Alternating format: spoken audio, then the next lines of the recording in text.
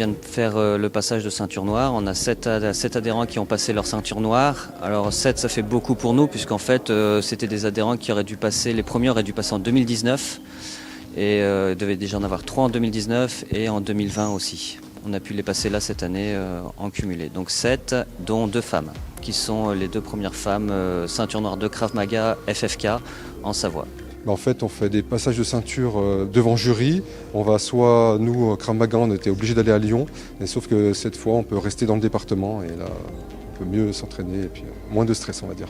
Le rythme, pour un passage de ceinture noire, le rythme est très soutenu parce qu'à tous les entraînements, ils font que répéter pour atteindre la perfection. Ça s'est bien passé, c'était assez angoissant et puis assez fatigant aussi.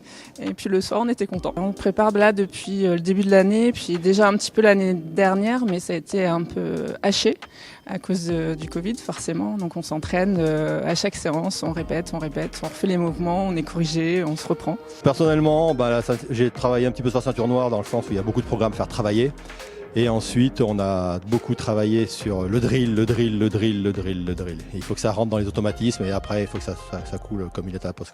Donc ce sport, c'est une méthode de self-défense qui vient de l'armée israélienne, qui a été démocratisée pour les civils en 1962.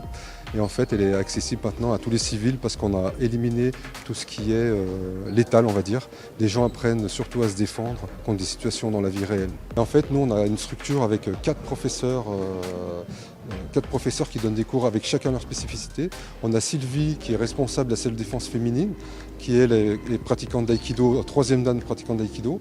Ensuite, il y a Antonio qui lui fait tout ce qui est boxe pied-point, qui a fait une 30aine d'années de boxe pied-point.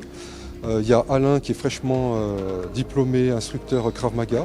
Et moi-même, depuis 20 ans que je pratique les arts martiaux, j'ai fait du Kaizendo, du Krav Maga, du Sark, du Kyushojitsu. En fait, on fait une synthèse de toutes les techniques issues de ces différents sports pour arriver à l'objectif commun de pouvoir se défendre dans la rue. En fait. Le club de self-défense système a 72 adhérents cette année. En sortie de Covid, c'est déjà pas mal.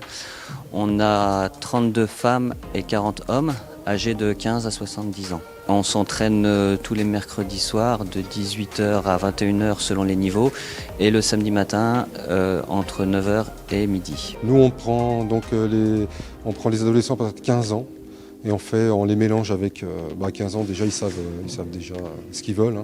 Ils ont déjà moins peur. Après en dessous il faut une structure adaptée avec des entraîneurs qui ont une vocation à faire des enfants. Oui, il y a de plus en plus de demandes à tous les niveaux, surtout beaucoup d'adolescents.